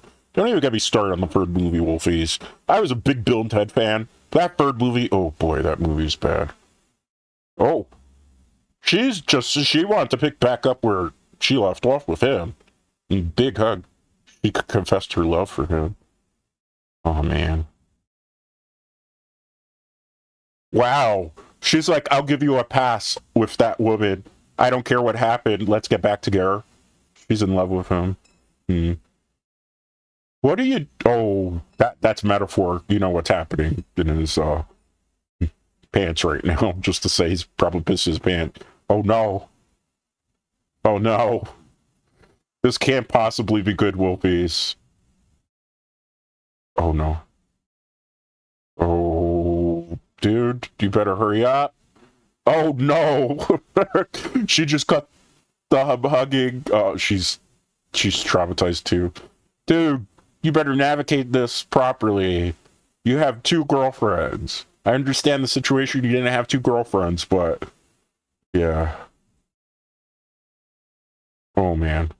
She's heartbroken, too. She really cares about Hikaru, too. Oh, she found the lyrics. Hmm. Yep, that's the lyrics to the song. Uh-oh. Yeah. Now he's piecing it together. He's not the sharpest knife in the drawer. Yeah, she's heartbroken. She was expecting them to be hugging. It's not what you think. Misunderstanding. Uh-oh. See? She doesn't... She's heartbroken too. You just said misunderstanding. Trapped between 2 women. He just broke an idol's heart. Oof. What's he gonna do? Is he gonna go for Mibe, or is he gonna... Wow, she's willing to just take the L here. Huh. Wow. She's being cold. She thinks she's being pitied. I don't blame her, right? Oh, he's speaking up. Huh? What could this be? What's going on between these two? Oh, wow. Did he grow up? Huh. What's he gonna say to her? What happened? What is he feeling? That's what he knew. What? What did he do, Wolfies? The one I wanted by my side forever? Who was it? Was you. He decided to pick the stable woman. He said, no, I don't want to get with the celebrity. I can't enter that world. I want the mature brunette. Yeah. Let's go, Hikaru. Stability, very important in life. Wow. It went a little bit different in the TV series, but he did pick her, Misa, as well. But Lin Mimei in the TV series did a lot of stuff to kind of play around with his feelings and didn't take his feelings seriously, which pushed him towards Misa. But in this, it was way different. I guess when you spend that much time on planet Earth and you think there are only 2 people left on the planet, and you make that big of an emotional connection, where with Minmay it was more of a physical connection that he had, it makes sense that he would have picked Misa, right? Aw, they fell in love. And they started out the film hating each other's guts. They couldn't stand each other. And instead, look, they fell in love, and now he wants to spend the rest of his life with her. Aw. They got their happy ending. Or did they? Oh no. That's the siren. That's the siren. You know what that could mean, Wolfies? You know what that means? It's squaring up time. All people, all squadrons scramble. Yep. They're gonna have to scramble. Yep, they have no choice. Let's go, Macross. Alright, let's go, let's go. They're gonna have to prepare for war. Big time war here, Wolfies. Okay. Where's he going now? He's looking for somebody. Who's he looking for? He's looking for Minmay. She's not gonna want to speak to him after everything that's happened, right? Like, she just had her heart broken completely. What's this Entrani doing? What are they gonna do? Oh, they're angry because the lyrics aren't finished? And Mime's just missing. What's going to happen? And the Meltron are about to fight too. What's going to happen? We're going to have all-out war here in space. What are they going to be able to do? Oh no. Everybody's ready to square up with each other. Right above Earth too. And poor Earth has already been decimated multiple times. What is going to happen? Everybody's going to fight this one all out. Oh no. What's going to happen? She has to get the song to Mime. She's the only one that can sing it? What's he going to do then? Let's build those up. So they can't make Meltron surrender, so what's going to happen? So they're going to fight the Meltron? Oh, wow, he went against the treaty. They're going to fight the Macross and the Zeltron. Wow, that's messed up. He went back against on the treaty. Wow. That's messed up where you didn't even give the humans enough time to think. And poor Macross. Macross has no cannons to fire because remember got destroyed in the middle portion of the movie. So what are they going to be able to do? Wow, is Zentroni going to target Earth again? Earth has taken too many hits, man. Leave poor Mother Earth alone. We can't handle it anymore. What's going to happen? Oh, man. Earth is about to get extinct again. It's a good thing nobody on Macross went. Oh, they're going to destroy the ancient city. Why destroy? There went the ancient civilization. Lost in a second. Wow, they used like something that looked almost nuclear. Are they going to be able to survive the blast? I don't know. Look at that Coca-Cola can. Wow, war completely broke out. A freeway war. Who's possibly going to be able to win this one? The Meltroni, the Zentroni? Wow. This is going to get rough. Look at the animation. So much line-drawn animation there. Look at all the bullets firing off. This was a feat for its time for a 1984 anime film to have this much action going on. The Macross seemed to have survived. He's got to find her. Does he even know where to look for her? I guess he's got an idea. Macross is not going to be able to take all these hits, though, because look, like, it's one ship against, what, 4 million fleets on one side and probably another 4 million on the other? Like, their odds aren't good. If they can't get this song to work, that's it for the human race. Hickory's remembering the moments he had with Lin Mime. What's he going to do? You better climb quick, man. Look at all the fighting. So much fighting in the background. Everybody, it's so much bloodshed, Wolfies. You think Hickory's going to be able to find her? You think he's going to be able to give her the song? Oh, this place looks familiar. This was the place that they went on the first day. She's devastated. Like, you didn't get picked by the guy that you confessed your love to. That's gotta hurt as a woman, right? I mean, that hurts as anybody, right? When you confess your love for someone and they reject you. Yeah. Don't tell me she thinks he came to the senses. What is she? Yeah. She thinks he came back for her. Yeah, she really does think it. Oh, man. She thinks that she still thinks he picked her. He wants her to sing. Oh. I mean, imagine you lose the love of your life to the woman, and you have to sing the song that she translated. Like, that's just kind of insult to injury. Uh-oh, what's happening? They could only fire one time. The main can's been destroyed. What's he gonna do? He's just gonna fire it all? He's like, I don't care. Tens of thousands of their ships are in the line. He's willing to kill his own people to be able to win the war. That's messed up. He just eliminated half the people. Look at Britai. Britai knows what's up. Britai has just looked on like, why would you eliminate your own men from here? He just killed thousands upon thousands, maybe even millions of his own men to be able to fight the other side. I mean, he took out the leader of the Meltrandi, but that's just crazy. Uh-oh, they're going back and forth about singing. Oh, she's being a spoiled brat. Look at this. She doesn't want to sing the song. Oh, man. Come on. You gotta sing it. She's selfish. There's people dying all around her. She wants to die with him. He doesn't feel you like that. It's everybody's problem. See, he's become a responsible adult, and she's kind of stayed as a immature child. Wow. She wants everybody to die, practically.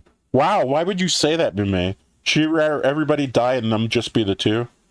Oh, he smacked her. Huh. I don't condone what he did. I understand why he did it. I don't condone why he did it, though. I always, when I've watched this film, even when I saw for the first time when he smacks her at that scene, I get taken, like, shock value, too, because I'm like, oh, he just smacked her. He lost a lot. Well, those people meant a lot to him. Those were people he cared about. Trying to snap sense into her. But, like, what does she have? All she has is her music career at this point. She has nobody to go home to at the end of the day. It's rough. You do feel sad for Minmay in the movie. In the TV series, I can't stand her guts. At the end, she got what she deserved. But in the movie, you know, she was kind of a tragic victim. They made her more tragic for the movie. Because in the television series, by the end of it, a lot of people felt the same way. Like, we don't feel sorry for her when Hikaru picks Misa. Because she did a lot of skeevy stuff. Like, she didn't take his feelings seriously. She dated her cousin. She tried to play around with him. She gaslit him. He's trying to convince her to sing the song. Will she sing it? She's like literally their only hope for survival right now. Did she come to her senses? She doesn't really want to do it. But it looks like she's going to do it just for him because she still loves him. Huh? She's going to do it for him. It's funny how her, like, she just decides she'll pick her celebrity status. Yeah. You know, she's trying to save face right now, Wolfies. She can't have the dude that she likes, so she's going to use excuse. No, I'm a celebrity. This is my path. I don't know if she really sang the song in earnest. I feel like she just wanted to honor the request of somebody that she loves that she's never going to be with. I mean, I think at all in life, at some point, we've all tried to honor one last request of somebody we love that it never worked out with, right? Thinking back, we've all kind of done it at least one time in our life. So I guess Mime wanted to do it for Hikaru. Well, are they going to have the power to be able to stop this war now with this song? This song is famous in the anime community. If you've never heard this song, if you've never heard any VTuber or regular personality that sings covers sing this cover, I'd be shocked. This is one of the most famous anime songs ever sung. Look at that. Look who's with the enemy. He literally made himself a giant so he could get with the giant muscle mommy Max got with Miria in the end. That's cool. He decided to become a muscle daddy to be with muscle mommy. He's hearing the song. His culture's being awakened, Wolfies. Interesting. Are they going to have a change of heart too? Oh, they're singing. Well, she put out the best performance she could right now, right? It's a really popular song. One of my favorite songs too, I must admit. He's crying. He's crying. Exodar found culture. Yes, they found culture. They found their humanity, basically, is what this movie's trying to say again. Because culture basically is humanity. They found their own humanity, is the theme. Through the power of love and music. Yeah, interesting. Look at her. She's just like singing while war is breaking out in front of her. You gotta be a true professional and be able to sing while thousands upon thousands of people are being killed and destroyed. Uh-oh. Those missiles were able to penetrate. I always feel bad for that dude that got decapitated there. That's just rough, right? Ooh, Macross almost got destroyed. Who saved them? It's Britai. He's gonna defect to our side? Is he gonna defect to the humans? He did. He defected. Yeah. They found their humanity. So they're going to protect the last remnants of humanity here. So that's going to be able to save them, because now if they can turn his army, the army that they have, to their side, they'll be able to hopefully be able to stop Badolza, right? Yeah, see? Britai had a face turn here. That's good. Now they have a chance. Before they didn't really have a chance of maybe winning the war. But now they did. Look, even the Meltrani ships are helping them.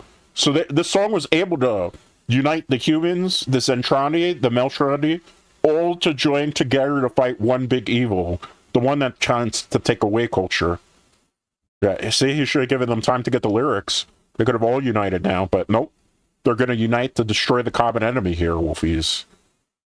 So interesting that Max decided to make himself a giant. In the anime series, Miria shrieks herself to try to kill Max, but they end up falling in love, and she stays a small person, and they get married and have a child. The series is really good. This is an interesting retelling of the series, though. Look at this. They're going to all converge to take out the big enemy here. Look at that. That is some amazing hand-drawn animation where you could just have that many ships firing, that many ships being destroyed, that many character animations being drawn too. Oh, they broke through the ship. Look at that. That scene's really cool looking too. Look at that. Like, it's just so well animated for its time period. Are they going to be able to break free? Because they got to be able to penetrate the hole if they want a shot at beating Badolza here, right?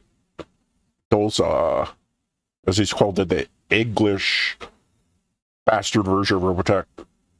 Oh, they broke through. Did they?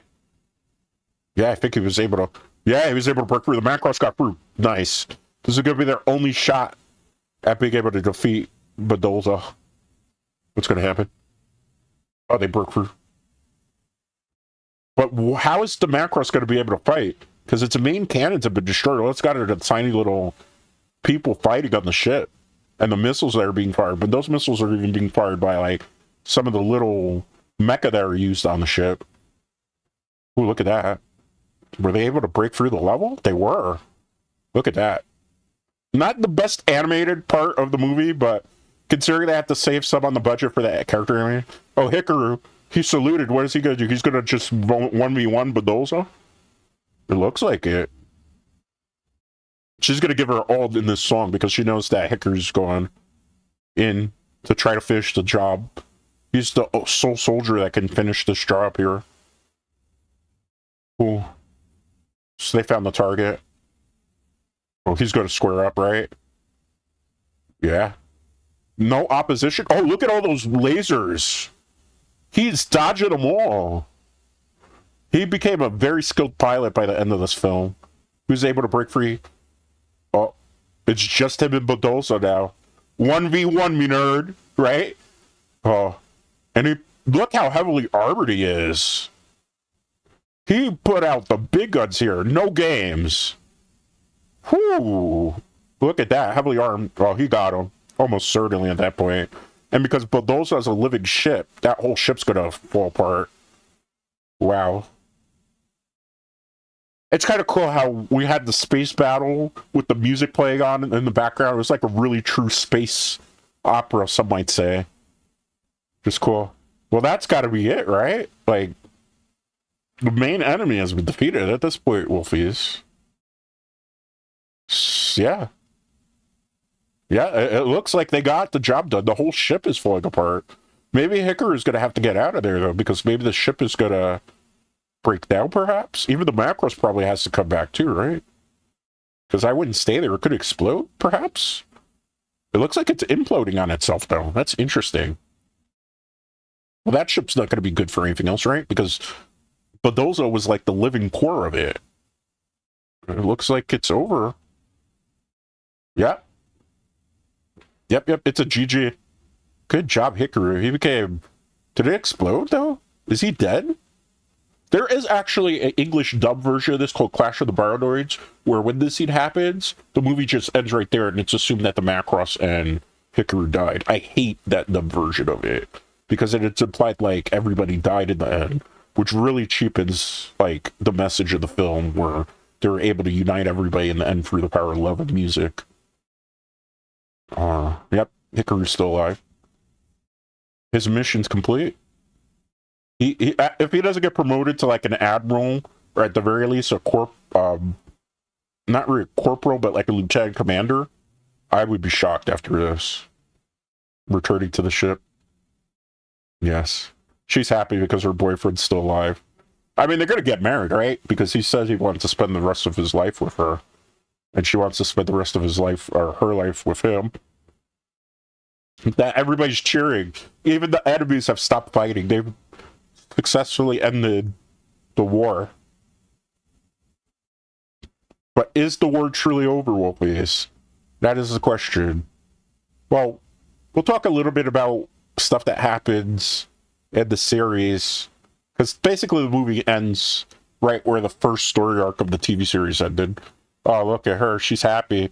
She's grown up too, Misa, in a way, because she's realized that she can't always be about the job and a rigid soldier. That she also needed to have a human side to her. She had to find love. Had to, you know, embrace a little bit of her feminine side too. Because if not, she was going to end up old and alone and just miserable, right? So, it was cool. They could all rest, though. It's finally over, that long battle, that long war. I really do like the fact that Macross played up a lot of strong women characters in it. I love the fact that all the women that are in command and control the ship and help work are women. And there's only like one male, the Admiral, okay. Some might argue, yeah, well, there's still some more men, but here's the thing. After this movie finishes, in the series, Misa Hayase becomes the Admiral of the fleet. So she supersedes Global and goes on to lead her own fleet alongside Hikaru. Yeah, things are going to be difficult because now Galaxy, there's more than 1,000 fleets. See, so they're even applying, there's more fleets of Badoza and the Meltrani that won't be able, that are still enemies that haven't heard the song. So it's like the war's over, but it's, this battle maybe is over, but the war is not necessarily over is what you're implying there. And she's got the song. The lyrics to the song. What is she going to do with it at this point? She's got to go back to celebrity status, right? And continue her music career, she said.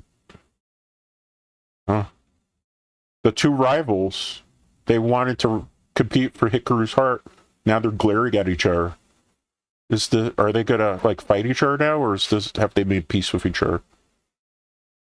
Misa didn't want to steal him away from her. You know, it wasn't intentional, right? She just fell in love with him. And Mime was thought to be dead at that time. She didn't really steal him away, right, Wolfies? Oh, she's going to give her the song back because she knows that that's her song. She's the one who wrote the lyrics for it. She's showing her a side of respect that this is your song. Take it back. Thanks for letting me sing it. She's honoring her in respect, see? That's why she bowed her head and closed her eyes. Because if it had been for her, she would have been able to save the world. She's happy about that. No. See, she shook her head. She's telling her to keep the song. That it's her song now. Because she's the one who sung it.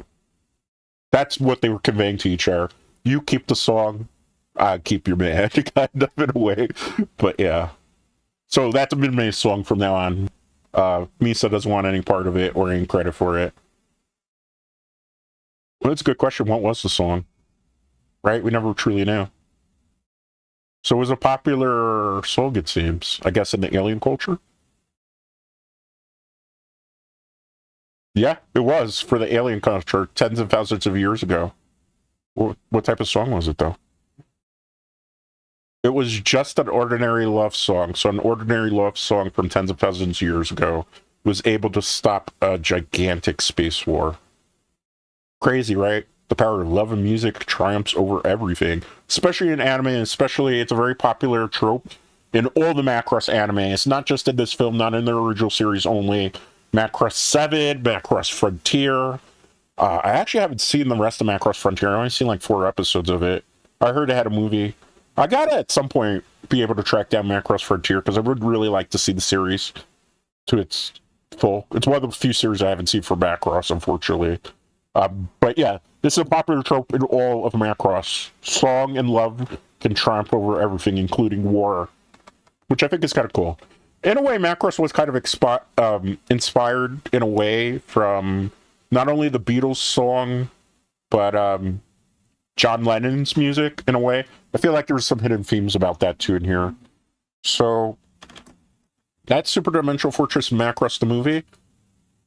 At the end credits, because this is the special edition of the film, they add a couple footage of something called Macross Flashback 2012, which is a indirect sequel that tells you what happens after the events of Macross.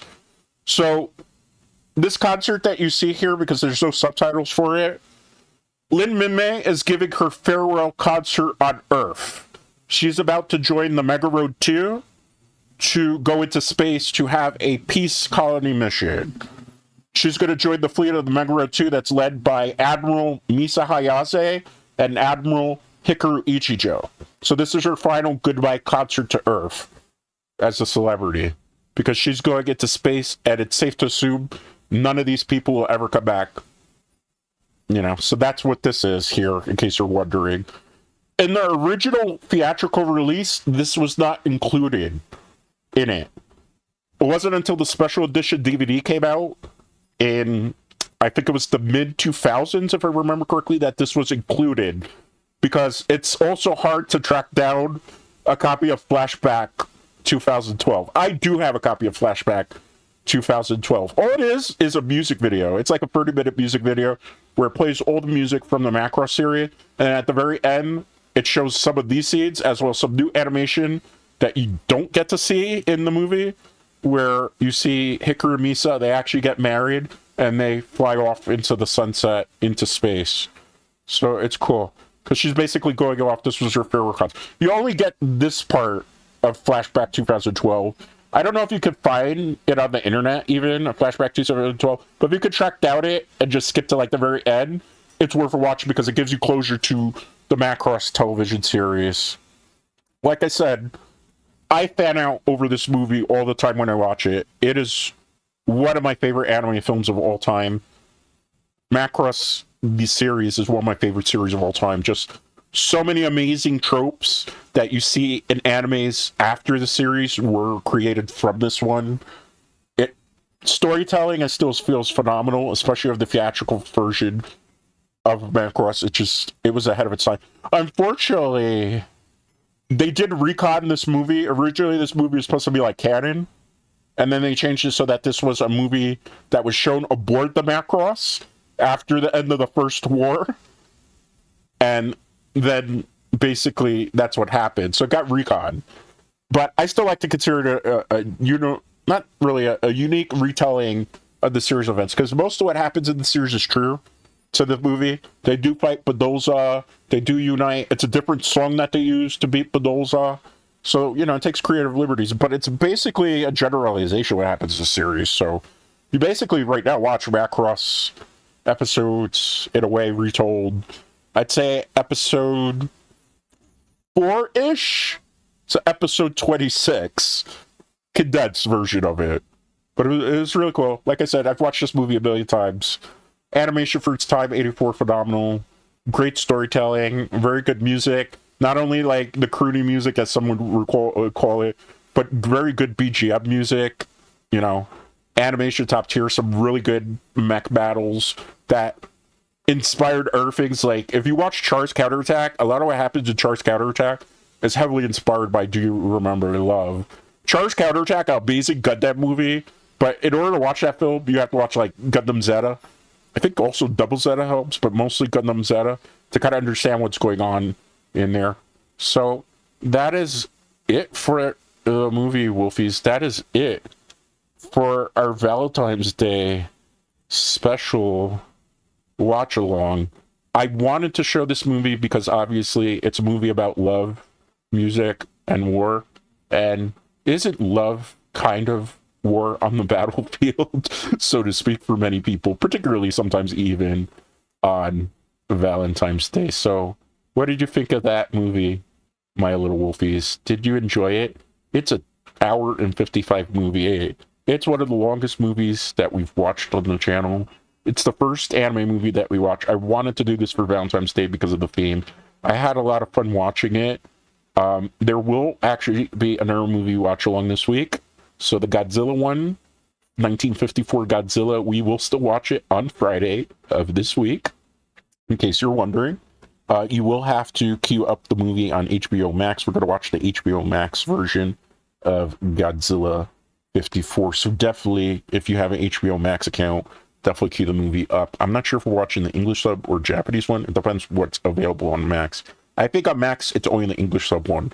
But if it's the Japanese subtitle one, we'll probably watch the Japanese version because the English version cuts a lot of that movie out. Also, tomorrow, we will do Resident Evil HD remaster because we need to finish that game out. Batman Arkham Asylum, like I said, because it was Valentine's Day, I wanted to do something a little bit special and unique, has been pushed to next week. I will probably do that on Monday of next week. We will do the full playthrough of Batman Arkham Asylum, and we will finally finish up that game because we don't have too much more of that. Saturday of this week, we will be playing Mario Kart 8 Deluxe at 9 a.m. Eastern, so definitely watch out for that one. It'll be the first time I do a Nintendo Switch game on the channel, as well as Mario Kart 8 Deluxe, and if you guys are interested in that, and it goes smoothly, we will open up the gate to probably doing more Nintendo Switch games in the future, like maybe Pokemon. I'm leaving that to be determined. Anyway, Wolfies, thank you so much, my little Wolfies, for spending Valentine's Day with me and watching this nice, lovely, romantic, violent, soap opera-like movie with me. I think it was very, very appropriate. I had a lot of fun. It's something that I really wanted to do. I'm very happy that I got to do it. Thank you so much for spending your Valentine's Day with me, if you did. If you decided that you were going to watch this on VOD, because I understand some people do have Valentine's Day plans. Thank you to all the VOD watchers as well. We respect and appreciate you, VOD watchers. And also to everybody who maybe didn't have a Valentine's Day this year, or for whatever reason. Don't worry, Wolfies. Don't worry. You know what? You don't need one day of the year to find love. Just like you don't need one day out of the year to confess your love to somebody or to show your love for somebody. If you truly do love somebody, if you truly do love them with all your heart deep down inside, you don't wait till one day of the year to show it. You show it every day of the year. You give them chocolates and candies and flowers. Every day of the year, you appreciate them, you respect them, you build them up, you don't put them down. Every day of the year, Wolfies. You don't wait just till Valentine's Day. But if you didn't have a Valentine's Day, just consider that today I was your Valentine's date, my little Wolfies. And we got to watch a movie together and have a nice, fun time. I will be your Valentine today, my little Wolfies. For all of you who didn't get to have a Valentine's Day, I might have been feeling a little bit lonely for the day. So once again, to my little Wolfies out there, have a great Valentine's Day. Thank you for spending it with us. And I do truly love all of you Wolfies, because without you, there would be no channel. And thanks to your love and support and, you know, continued support, we're able to accomplish many of the things that we're able to do. And we have fun with it. And coming here to do these movie watch-alongs, as well as, you know, the game streams, as well as the other things that we do, it never really feels like a chore, Wolfies. It always doesn't feel like work to me. It just feels like I'm coming in and you know, having some fun with my friends. That's how I always view it here with the channel, you know what. So all of you, you know, I wanted to do something special for Valentine's Day and not just do a Batman game. I feel like this was important. Anyway, though, Wolfies, that is unfortunately all the time that we have for today. It was a very long movie. I do need to rest my voice, and I do need to take care of a couple other things in the background, because unfortunately, you know what, being an Oshi is a 24/7 job. Being a VTuber is a 24/7 job. I'm always on the clock, and I never truly have a day off, even on my day off. So anyway, once again, as the saying goes, you don't have to go home, but you can't stay here. Have a happy Valentine's Day, and I will see you tomorrow for Resident Evil HD Remastered, Wolfies.